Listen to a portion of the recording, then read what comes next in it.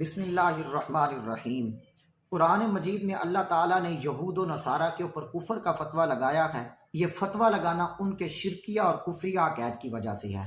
ان عقائد میں سے ایک عقیدہ یہ ہے کہ یہودیوں نے حضرت عزیر علیہ السلام کو اللہ تعالیٰ کا بیٹا ٹھہرایا اور نصارہ نے حضرت مسیح علیہ السلام کو اللہ کا بیٹا ٹھہرایا ہے، جیسا کہ قرآن مجید میں ہے وقالت الیہود عزیر ابن اللہ وقالت النصارى مسیح ابن اللہ۔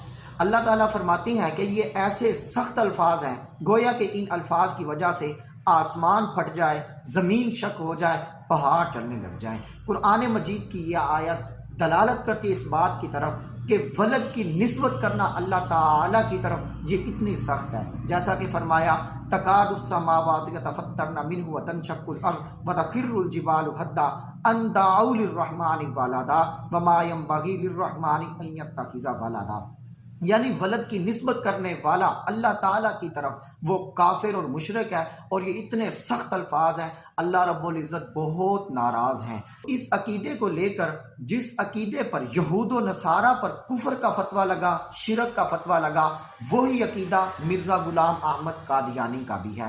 مرزا غلام احمد قادیانی اپنی کتاب کے اندر لکھتا ہے انت منی بمنزلۃ ولدی، اور ایک جگہ پر لکھتا ہے انت منی بمنزلۃ اولادی، اور ایک جگہ پر کہتا ہے اسما ولدی، یعنی کہ میرے بیٹے سن۔ یہ ایسے الفاظ ہیں کہ ولد کی نسبت اللہ کی طرف کی گئی ہے۔ قرآن مجید میں یہود و نصارہ کو تو ولد کی نسبت کرنے کی وجہ سے کافر اور مشرک ٹھہرایا گیا ہے۔